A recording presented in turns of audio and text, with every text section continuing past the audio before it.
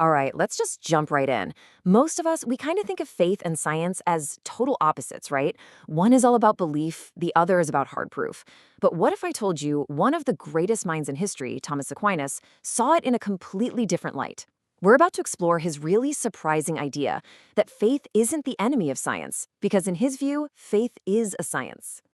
So, let me ask you, is faith just a leap in the dark? Is it purely a gut feeling, an emotional act, maybe even just wishful thinking that doesn't have any real intellectual muscle behind it? Well, that's the popular idea we're going to put under the microscope today, looking at it through the eyes of a 13th century genius. I mean, look at this. This slide just lays it all out.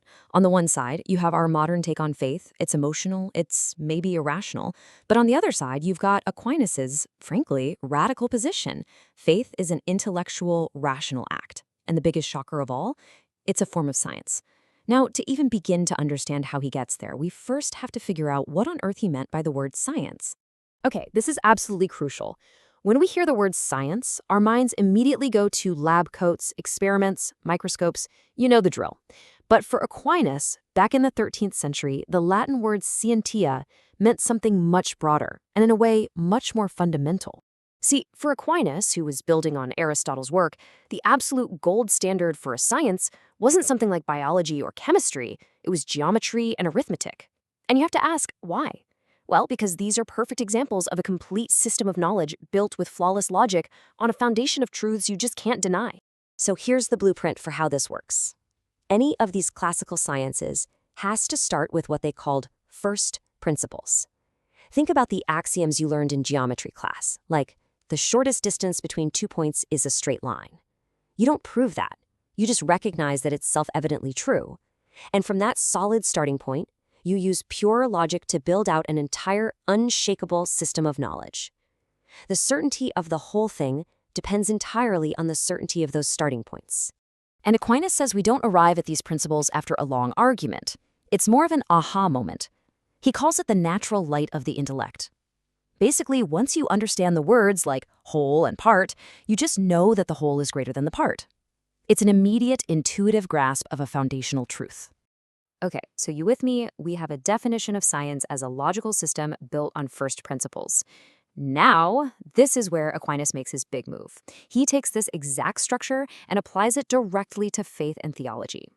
Now, this is a really cool concept he uses, the idea of a subordinate science.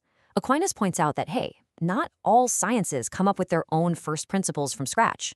Think about it. The science of optics totally relies on the principles of geometry to talk about light and angles.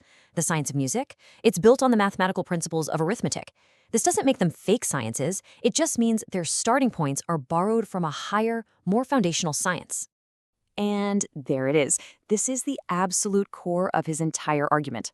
Aquinas says that theology, what he calls sacred doctrine, works in exactly the same way. It's a rigorous, logical science, but it's a subordinate one.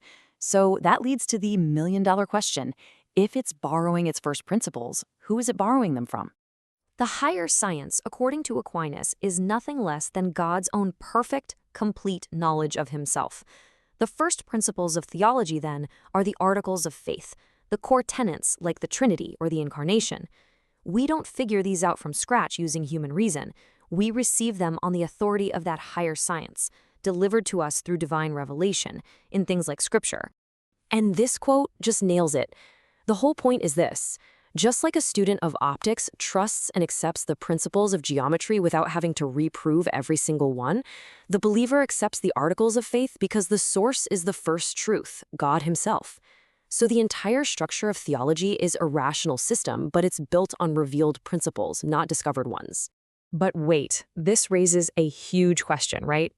If we're just accepting these principles on someone else's authority, isn't that just a fancy way of saying it's wishful thinking? Aren't we just choosing to believe what we want to be true? Well, Aquinas says no, absolutely not. And his reasoning is fascinating. It's all about his understanding of how our own minds work. He draws this really important line between two key powers of the soul. First, you have the intellect. Think of it as your inner detective. Its job is to seek out and grasp what is true.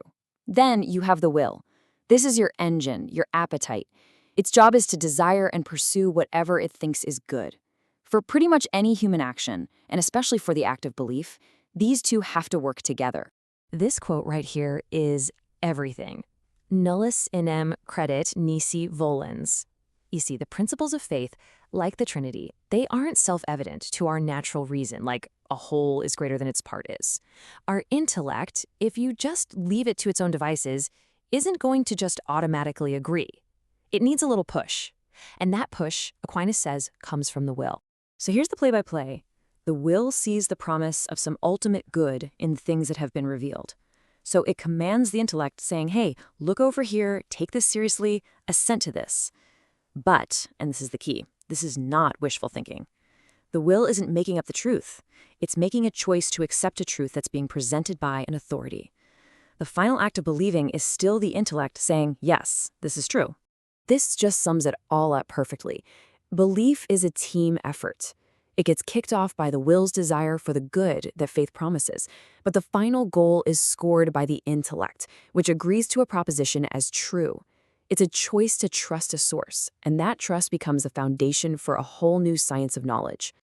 So after all that, where does this leave us? By walking through Aquinas' logic step by step, we end up with a completely different way of looking at the relationship between faith and reason, and a totally new understanding of what it even means to believe. Remember this chart from the beginning? Let's look at it again, because now that the Aquinas' view column should make a whole lot more sense. What we often just write off as emotional, Aquinas frames as a subordinate science. What might seem irrational, he shows is actually a logical system, just built on revealed first principles. And what looks like plain old wishful thinking, he analyzes as this incredibly nuanced act of the intellect being put into motion by the will. So the main takeaway is this. For Aquinas, faith is not against reason, not at all. It's more like faith gives reason a brand new set of blueprints to work with. Principles that come from outside our natural system, straight from God. And then reason gets to do what it does best. It takes those principles and starts building, exploring, and understanding, just like it would in any other science. And finally, I love this, Aquinas says faith isn't some comfortable resting place that just shuts down all our curiosity. He says it does the exact opposite. Believing something so profound about God doesn't satisfy our hunger for knowledge, it sets it on fire. It makes you desire, more than anything, to one day truly see and understand the very truths that you now accept as your first principles. And that leaves us with one last big question to chew on. If Aquinas is right, if a science can be built on principles that we accept through an act of the will, what does that change about the limits of what we can actually know? It really challenges us to rethink that thick wall we've built between what we believe and what we know, and to ask ourselves, are there more ways than one to build a world of understanding?